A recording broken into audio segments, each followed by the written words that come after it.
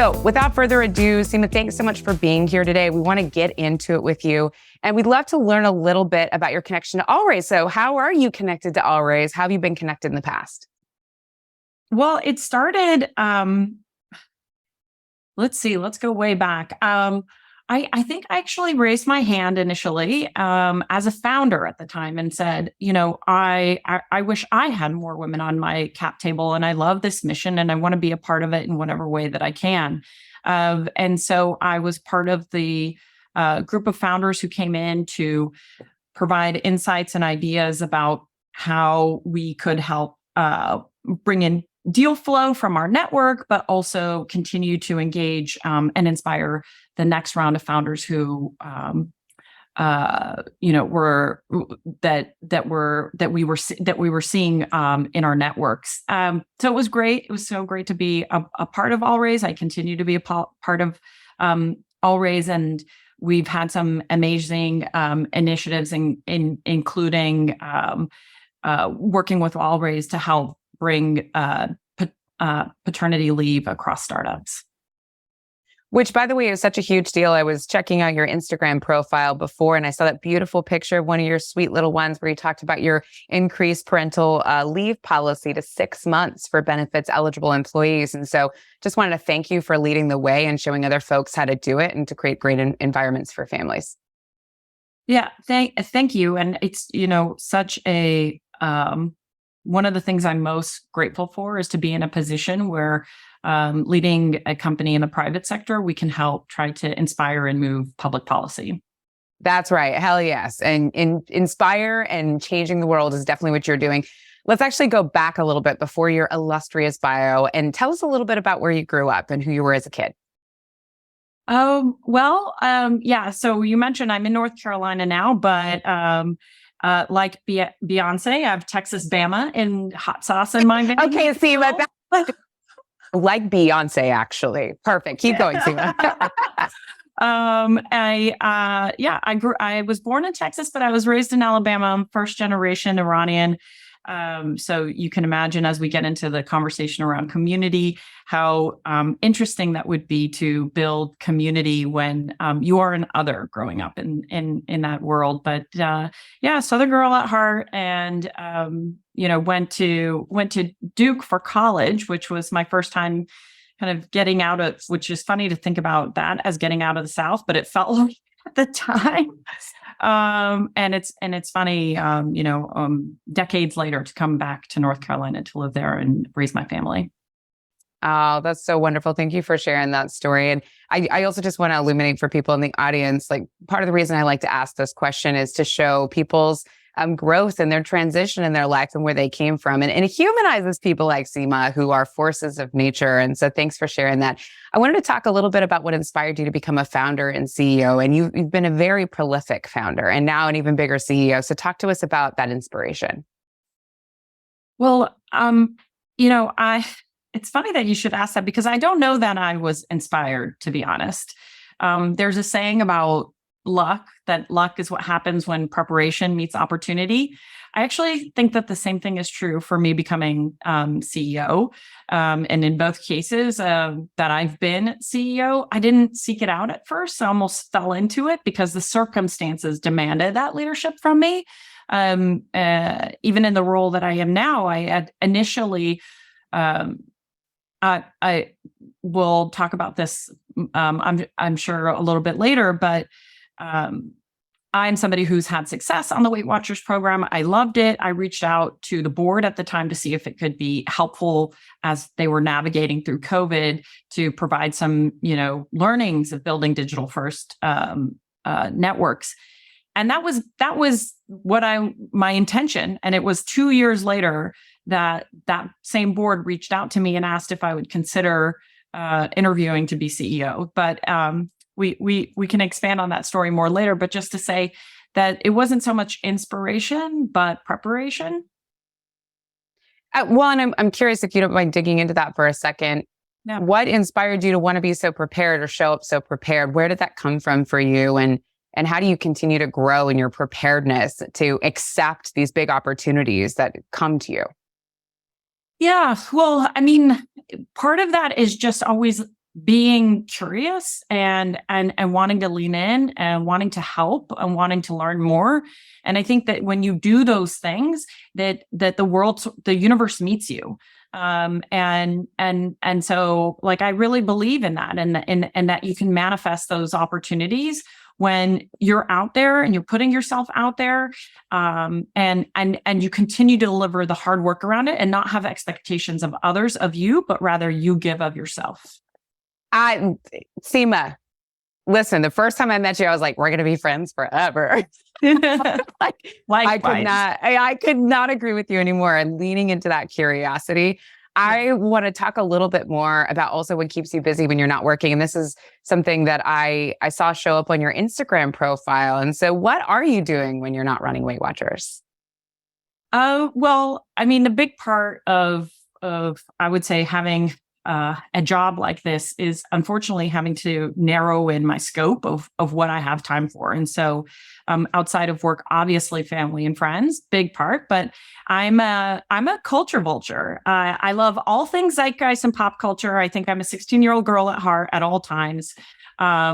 And so I'm a big consumer of content in all its forms. And so if you ask me on a public stage, not in this intimate group of, badasses, I probably would say something like, yes, I've watched The Doll's House on Broadway and I'm reading The New Yorker.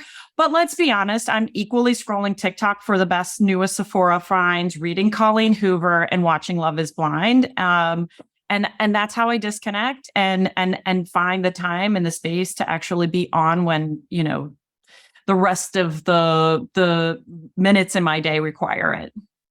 Yes, Sima, thank you for keeping it very 100 with us. And I want to honor all of those loves and likes. You and I are very similar. I just lean way more into like the fantasy science fiction side of that thing. So I remember that. Yeah, I know. So let's get into a little bit about you and your role as CEO right now at Weight Watchers. You're the youngest and the only BIPOC woman to take the CEO seat at a publicly traded company. Can you tell us about your journey to this role? And you started it, but let's keep that conversation going. I actually didn't even know that. My facts. My journey it's not a straight line. And again, since we're keeping it 100, you heard a lot about my bio, and I can make it all make sense in hindsight, and it's carefully written and curated to sound like, I connected all of those dots like in one of my daughter's coloring books. But the truth is that as I was progressing through my career, it really wasn't that calculating or thoughtful. And I'll tell you why. It's because my first job out of school, which was at Goldman Sachs, I had an amazing managing director. She was one of the few women managing directors at Goldman. And she told me this one time, and it has always stayed with me, which was that you will spend more of your time working than you will eating, sleeping, and being with your loved ones. So you better fucking love it. And that is my motto. And I've lived by that. And every new challenge was something that has to make me excited to wake up and to win. Yeah. Wake up and win, y'all. Okay, Sima.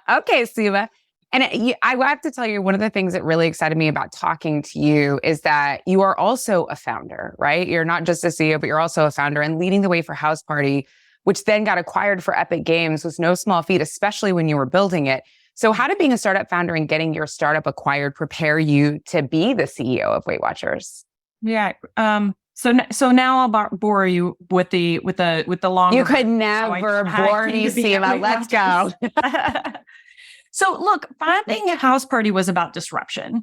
Our motivation was to be the best way to be together when physically apart. And that manifested as a group video chat app. And we wanted to take on the big, social media platforms at the time. We wanted to move people off asynchronous news feeds and into live conversations. And you have to remember, this was before COVID. So we were not as used to it as we are today. And so in a lot of ways, though House Party doesn't exist anymore, actually, the back end of the tech all still does very much within Fortnite and the Epic Games metaverse.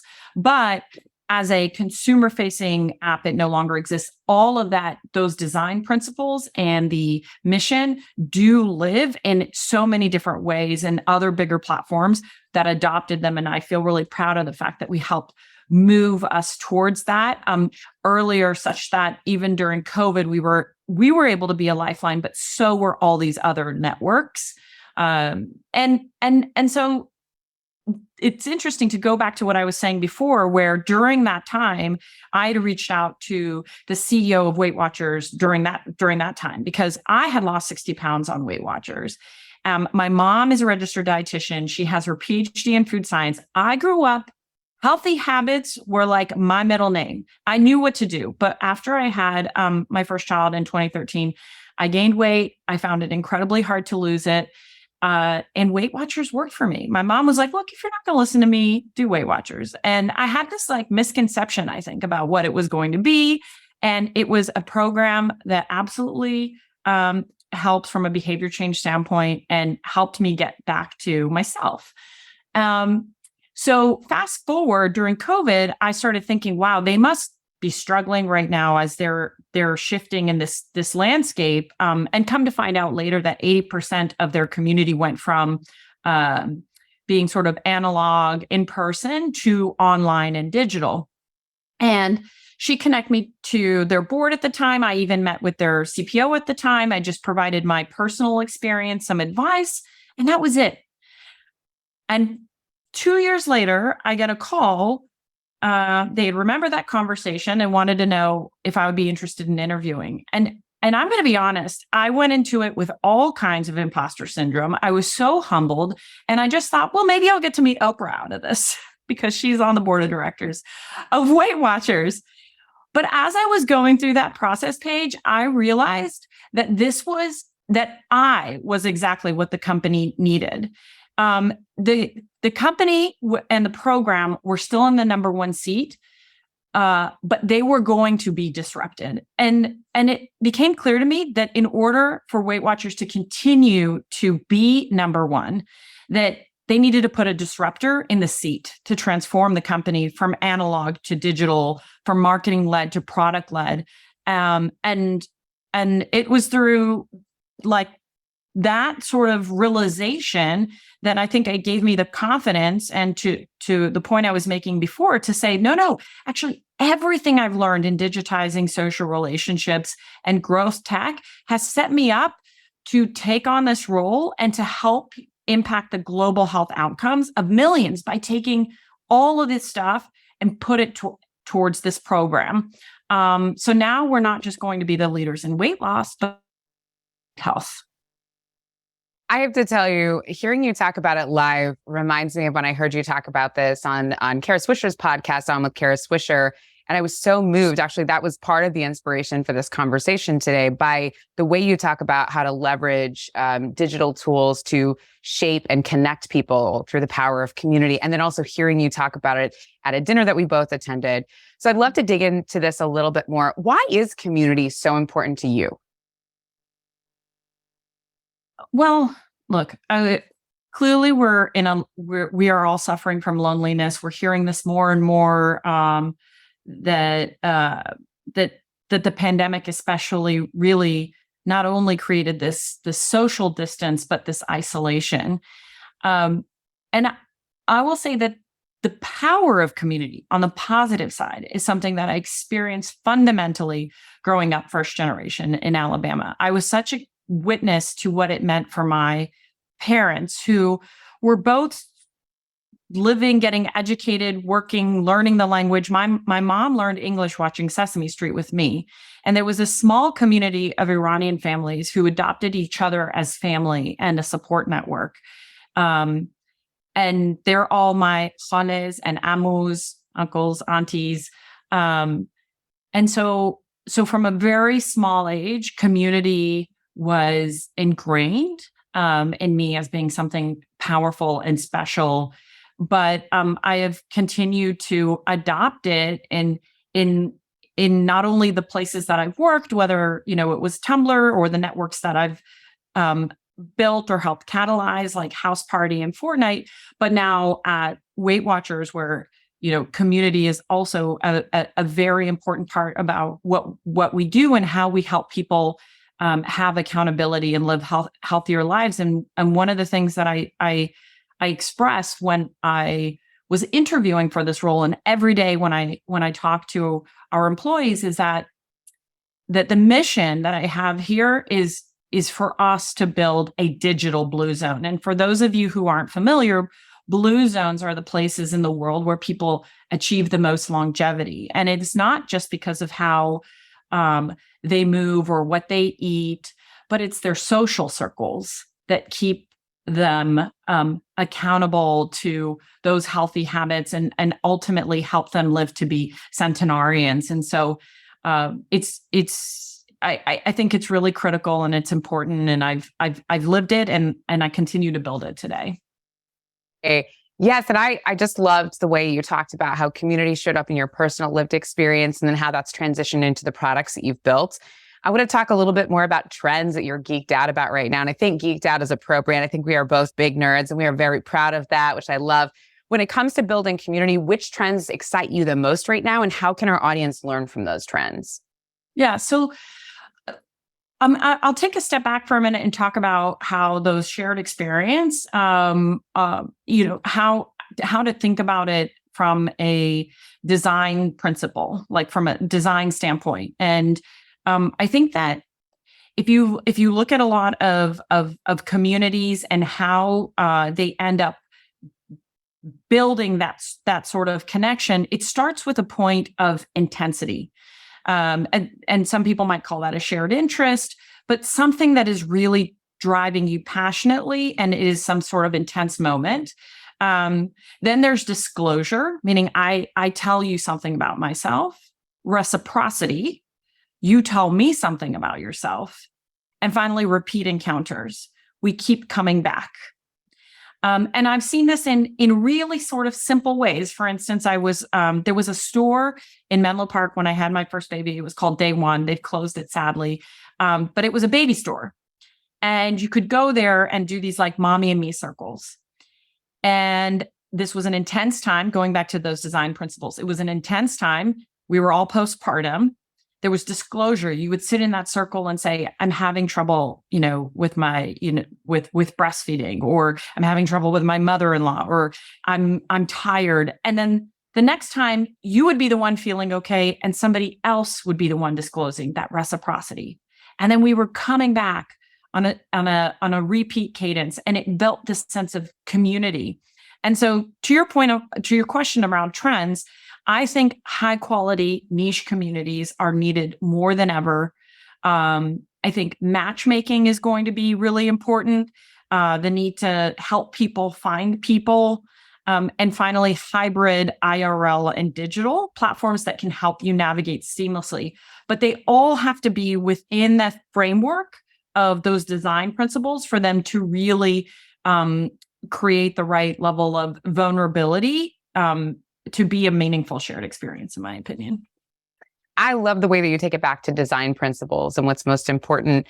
I think for you, as you're thinking about the audience right now, what would you impart on them as they think about building out community and leveraging the power of digital to do that well? Look, I think when you're thinking about community building, there's a lot of brands who have been able to do that well. Whether it's SoulCycle or Peloton, where the community is about the sort of the environment that you create, or a person or a goal that you're after. It could also be as far-reaching and wide as like women and families and just people everywhere are sort of feeling right now in the Eras tour, the Beyonce tour, right? Like they're all coming together and finding this amazing sense of community. And it's not like you're not going to leave that place with all of the millions of new friends that you met in that football field. No, but it allowed for that environment for you to come in with your either your friends or just take part in this shared exuberance and a sense of community that helps people feel sort of that generosity, spirit, and kindness. And so, for those of you who are building businesses, for those of you who are investing in businesses, I think take a look at that, because it's a way to sort of expand the halo effect and the scope of what you're doing and what you're building, and in a way that I think is just more kindred than NPS. Yeah. And I love the way that you talk about the exuberance and those personal connections that transcend the digital. And so how do you help people build those? I love that so much. We are going to get ready for audience Q&A. And before we do, I have one more question, but I just want to remind folks, if you have a question, please do me a favor, use the Q&A feature and drop your questions in. I've seen people drop questions with their full government name, which is totally great, or anonymously, which is also fine. So feel free to drop your questions in. My only ask is keep it to one question. Try to be as concise as possible so that when I read the question, we can get to as many of them as possible. But before I turn over to audience Q&A, I have one last question for you, Sima, and it's about your heroes. So who are your heroes and why are they your heroes? So, I mean, my parents every day are my heroes, and they gave up so much to be here to lift my brother and I up. But if I think a lot about mothers.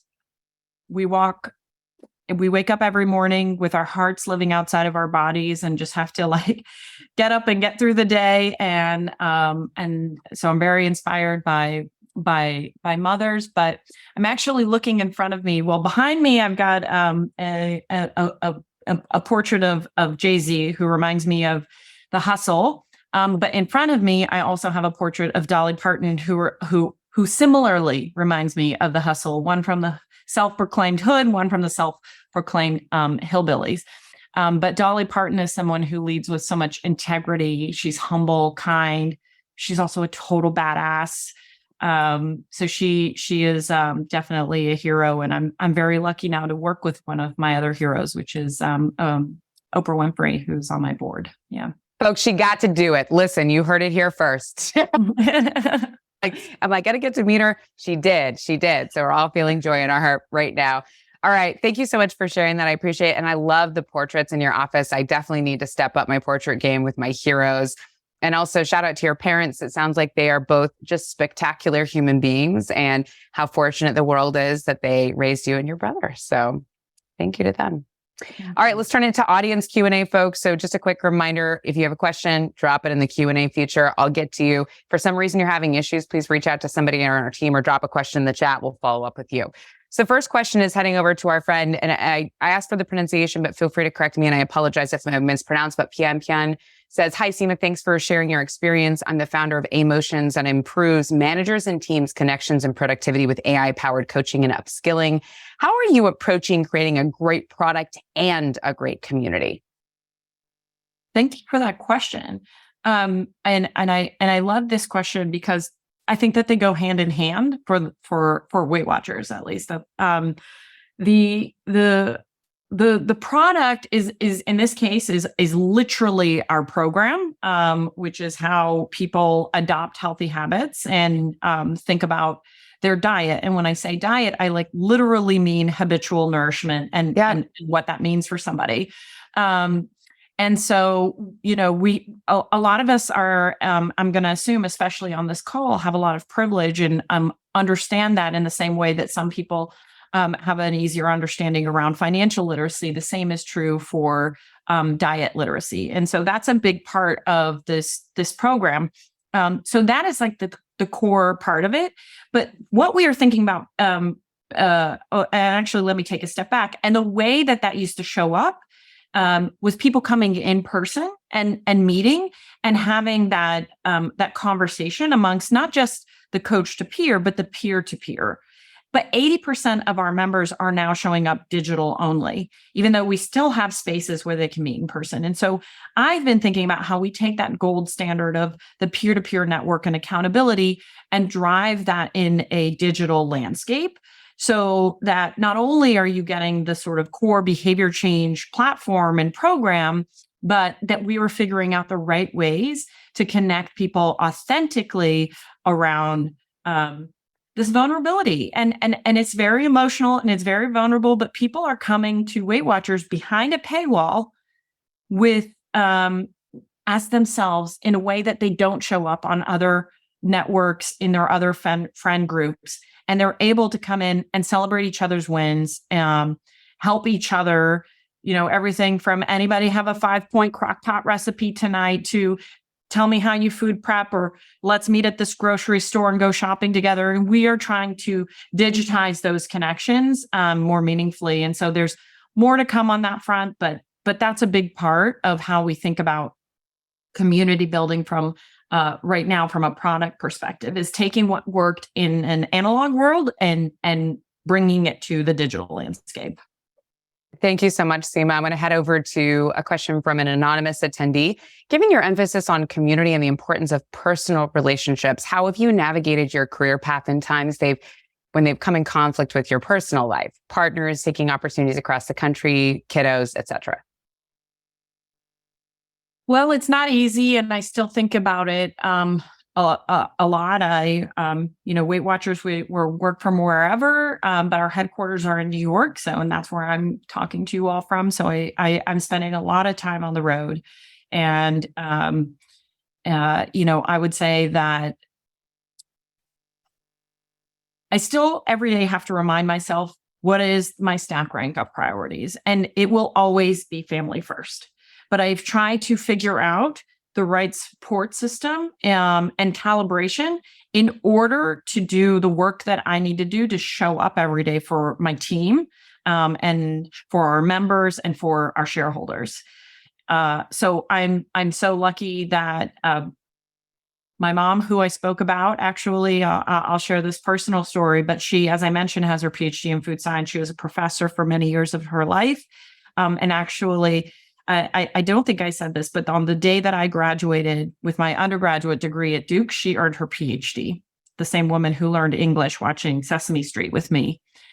And the year when I was offered this role at Weight Watchers, she became chair of her department. But this year she retired to help support me and my ambition. So she's being such a big help. And I feel like she's giving that love to my kids in the way that I would when I'm not there. I have an amazing partner.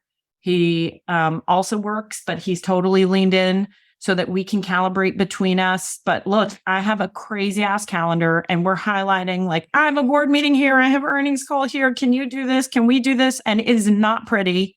And there's a lot of stress around it. But I'm making it work, 1 week after the other, just trying to make it work. And there are certainly weeks where I have epic fails around it. And this is such a curation of everything having to go right at the right times. And it'll take one, late flight or one, kid being sick to have it all crash down. And then we just rebuild it back up. And so it's resilience at the end of the day. That's the word I would say, resilience. Sima, thank you for sharing that and for being so vulnerable. I know so many people here who are doing the same thing, and I just want to say, cheering you all on. This is hard. Thank you for the work you're doing. Thanks, Sima, for sharing. I want to shift and talk a little bit about your team, and I've heard you celebrate them, and I know you have such care for them. Laura asks, how did you bring existing Weight Watchers staff along as you popularize this organizational change to the thinking around product and digital-first community? It's such a good question. And I'm going to say why this one is making me smile in this moment, because I happened to reread some excerpts out of Jack Welch's biography last week. And we have very different approaches. So, and about the ideas of how you bring somebody along or whether you just brute force. And I would say time will tell whether my strategy is a good one or not. But I will say it's very different. And my strategy has been about coming back to the core of who we are and why we're here. And let me tell you something. Generally, people who are working at Weight Watchers are working here because they have a personal connection to this product, to this brand. And so I have the benefit of having a lot of passionate people, but that is also can be a double-edged sword. Passionate people who built something a certain way, did something a certain way, and change on change is hard. And so it's really been about super transparency and connecting back to that mission. When I talked about the digital blue zones, like I said, when I was going through the interview process, I was really clear with the board that if you're choosing me, you're basically choosing the roadmap and the strategy, because I feel so passionate about this. And I came in with that same level of transparency and honesty with the team and said, look, if you're not here for this and it doesn't land with you, it doesn't resonate, I will be generous in our parting of ways. But for everybody else, let's go win, because winning means we are going to help people. And I've always said, my brother's a doctor, and I've always said, whenever we were doing things with House Party or Fortnite and shit was stressful, I would say, we're not saving lives, but we are here. Every day we're waking up. I go sit and I hear about somebody who turned around their diabetes because of our program, whose cholesterol is better now because of our program, who feels like they can show up confidently or leave an abusive relationship or something because of our program. And so that mission was a big part of making change, but the transparency, and that showed up by design in a lot of different ways, making everybody an insider in the company so we could share our numbers, so we could share our trajectory, making sure we were very explicit about our roadmap and where we were going, and making a lot of hard decisions, and really being honest with people about why we're making them. And as we're changing, we bought a telehealth company. We are now in the space of clinical obesity. And look, we have a lot of people who don't agree when we say that obesity is a chronic condition. But we know better now. So we have to do better. It's that Maya Angelou quote, do the best that you can until you know better. And when you know better, do better. And that's what we're doing now. I want to go back to something you said a moment ago that I thought was really powerful, which is time will tell if the strategy I've selected is the right one. And I want to hear from you, what makes you confident in what you pick, even if you can't, look at the future through a crystal ball? How do you embark on something when there are many unknowns, and do so confidently?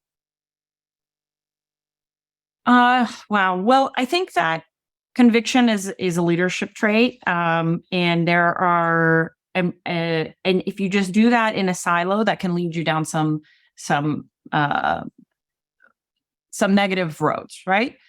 But I think that conviction, when paired with empathy and moral, like the right moral values, to me, it signals optimism. And so I have to believe it.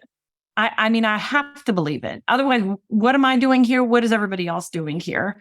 And so I'm going to go back to that quote, do the best that you can until you know better. When you know better, do better. Right now, I believe deeply in our strategy. I am really optimistic about it, but I'm also following our numbers and our KPIs, and I'm keeping myself honest about whether or not we need to pivot from that direction. So it's conviction with empathy, but also with a really healthy dose of check-ins, reality, resilience, and so yeah, I guess that's it. It's such a good question. I hadn't really thought about it, but I think if so far our numbers are going in the right direction, year to date we're about up 150%. So I'm feeling really confident right now. But if we were having this conversation and I didn't have that as something to buoy me, I would be taking some deep looks around what part of this mission, this thesis, is not proving out and why, to understand if there is a calibration that was needed. We love a positive year-to-date trend. Congratulations, Sima. And I do think it's important too for every leader to know whether they're the right person for the context and the time. Like, I'm renting this title. And there will be a better leader for this company at a different point. I'm the right leader for right now. I believe that. But I think that we all as leaders need to be sort of humble in in that. And you're seeing this in politics. You're seeing where people overstay their welcome. Let's all remember that and wake up with checking in with ourselves on that front. I love that sense of humility, that idea that we're all renting our title and we're the right person for the right time. I love that. Sima, I could talk to you forever. I'm going to shift to a couple of other questions that are going to get us back to product, because I know this is something you're so good at and also so passionate about. So I hear from Glenn. I'm Glenn, a new founder and fellow, daughter of immigrant parents, working on building a learning community for young adults to learn the practical and inclusive knowledge we all should have learned in school from diverse experts. Thank you, Glenn. But I feel like there's so many apps/communities out there. How does one convince people to sign up for yet another app or community? That's a great question. And I think that you generally, going back to the trends, it's about starting small with the high quality niche network. And so you can galvanize. If you can galvanize, and I mean, that's another way of saying product market fit. I get it. But if you can galvanize at that level, then you can start to think about growing from there. And I'll give you a real example with House Party. Some of you, if you're not familiar with the history of it, actually started out as a thing called Meerkat. And that was live video streaming. And it was in the numbers that we saw a small group of people where it was working. The rest of the numbers were going declining. It was going in the wrong direction. But there was one group that, wow, this product's really working for them. And why? Because they were doing streaming to a small group. And that was the first inspiration for House Party, which was, oh, this shouldn't be a theater. This should be more intimate, like a house party. And so we rethought the whole thing, launched a new app. It really took off, but we made it work for a niche community. And from that, it continued to build out. And so you can think about that too from an acquisition standpoint. What you say, I forgot. Did you say Glenn was the name of the person asking? Yes, good memory, yes. Glenn. Yes. Maybe it's a school, or maybe it's a community center. Maybe it's somewhere where you go and you learn whether it's working or not, or a parents network. And then if so, you start to sort of build out and stack those lessons and those wins. So that's how I think about it. Sima, I love that advice. And Glenn, I would also share with you a tool that I've loved using and worked with founders, quite a few founders on leveraging, is the Lean Canvas, which helps you get really specific about who you're solving for, the problem and the solution. And it's a great framework for you to play out exactly what Sima just said in the context of one customer's needs. And one of the questions I love is, who are your early adopters, right? Or who are your evangelizing people who are so geeked out to be there that you really solve a migraine for them and not just a headache problem. So strongly encourage you to go check that out. I like to blow it up as a big poster and then use sticky notes to play out a bunch of different customer journeys to see which one is the right fit. But that is my +1 to Sima's answer. And Sima, thank you. I'm going to head on over to another great question about what you all are building at WeightWatchers. This is from somebody who's anonymous.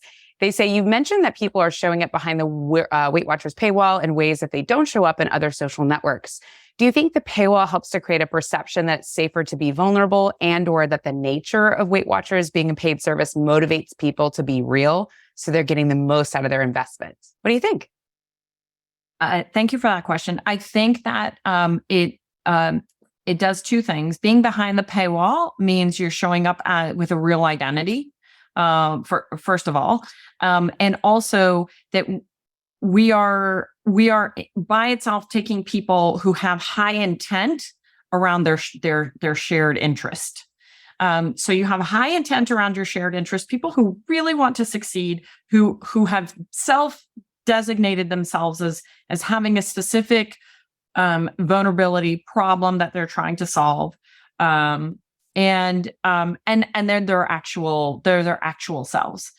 So I think those things in combination warrant people coming and being kinder to each other, being feeling okay with sharing their vulnerabilities. And I also think that some of the community guidelines you set from the very beginning will tend to be really important in how the community continues to evolve.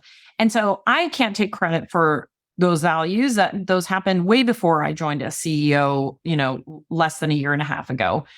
But what I can tell you is I've never been in a company, in a community where it was so self-regulating in that way.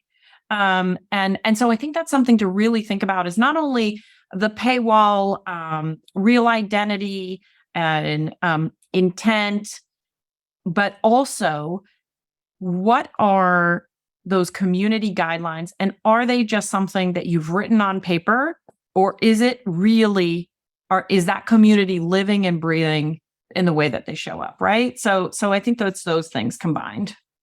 Yeah, I cannot speak about community guidelines enough. I think they're so important, having been a 4th and 5th grade teacher too, and seeing that play out in a classroom, but then realizing that actually applies to society, right? If we have clear guidelines about how we should behave here and care for each other, can create a great experience.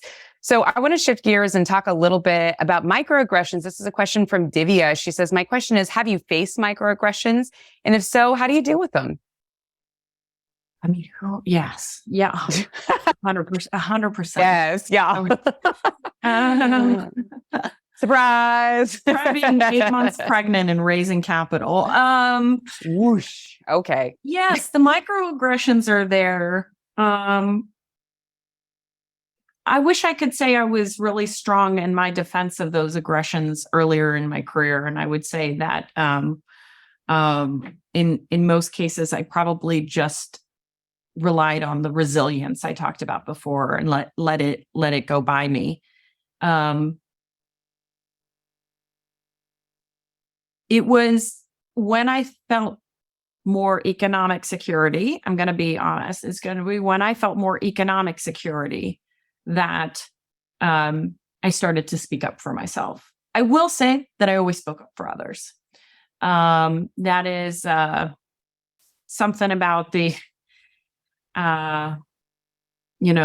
just really try to teach this to my kids as well, as like who are we if we're not speaking for the people around us when we see something bad happen. But I didn't speak up for myself until I felt like I was in a safer place to be able to do that. Paige, do you have great advice here? Because I feel inauthentic in sharing advice when people are earlier on in their stage of their careers, or how they show up. And like, thank goodness for these movements that are making people more aware around these actions, but they still live and breathe every day. And I think that's why it's so important that we have more diversity in our leadership and our cap tables, so that we're creating the right environment for those things to not happen. But I want to think on this more and consider how what advice I could be giving people. Paige, what do you think? Yeah, Sima, this is a great question. And interestingly enough, we had this exact same conversation last week about entering spaces, especially where you're the only, which has been a part of my lived experience for a long time. And I would say a few things. I think you're right. Earlier in your career, when you have less perceived power in a room, it's harder to take those kind of risks to like shoot back something, or, be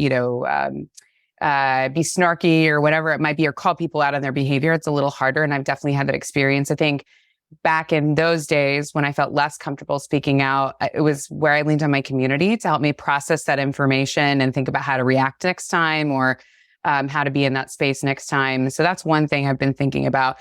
I also process a lot of this through comedy, just to be totally frank. Like people, I'm sure, have said wild things to you, have said wild things to me. And I'm just like, okay, well, it's a wild thing to say to somebody. Yeah. And further in my career, I'm like, do you say that to everyone? So I think I feel more comfortable calling it out, but I do agree with you. I think this is the importance of having diverse teams, and also educating diverse teams on how to be in spaces with each other and create safe space for each other. But I do think microaggressions are going to happen. I think when we bring people from different backgrounds together, the question is, how do we create like you said, guidelines and spaces where we can interact with each other that are authentic and allow us to have conversations to check those behaviors and adjust those behaviors accordingly and make changes. Because I'm sure that I've also been a person who has microaggressed others knowingly or unknowingly back in my career, right? And so what I would hope for is the opportunity to learn and get better and change my behavior. So that's how I've processed it. And that's how I'm processing it right now. But I think that call it is really good, Sima.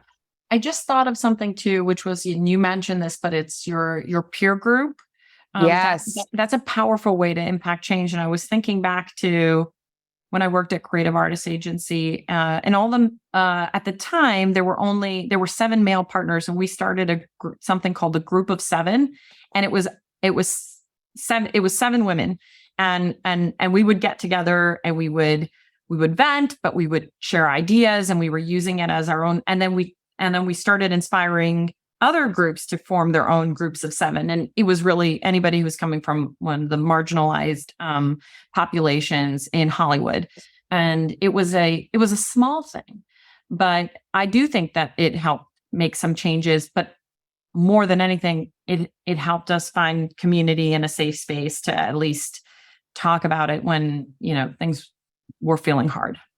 Yeah, I think and this is why, one of the reasons why I'm so passionate about community, creating safe space for people to come back, kind of relax, let their shoulders down, talk about what's happening, and then go back out, like you said, and be resilient. It's that place where you can recharge. We are at the end of our time. So I want to thank everybody for your questions. Sima, I want to thank you for your incredibly candid answers and this is such a fun conversation. I really enjoyed chatting with you. What I'm hoping that you can share here as we wrap up is your final piece of advice for the audience. And that can be career advice for building their companies, whatever it might be. But what is your final advice for folks here? Yeah, well, since we've been talking about community building, I would say let's take this into consideration, and when it comes to the sort of design principles, but also in how you lead, how you partner, how you form your personal connections is not my advice, but something I heard Brene Brown say, which was about trust. And it's that trust isn't built in grand gestures, but in small moments. So just like habit stacking, you want to stack and layer the small moments. So consider thoughtfully how you show up every day and in every interaction, no matter how big or small. Sima, that's beautiful advice. Thank you so much for being here today. You are on the move on a regular basis. Where can people follow your journey and keep up with all your incredible advice and what you're building at WeightWatchers? So I'm at Sima on Instagram. I'm on LinkedIn, and I'm at Sima Sistani on X. I know. I'm like, wait, which app are we on now? I'm still deciding whether I want to stay on that platform, if I'm being honest. Listen, keep it 100. Get out there. Yeah. And I'm at Party Sima on TikTok. At Party Sima. Yeah. Listen, that is a handle. Okay, that is a handle. Well, Sima, I hope to meet some of you. Yes, I'm sure you will. I think you have a lot of friends in the audience. Thanks for being here with us. The rest of you, I want you to stick around, but please send Sima your love right now. Don't forget to share on social media some of her gems. Sima, please take care of yourself. We look forward to seeing you soon.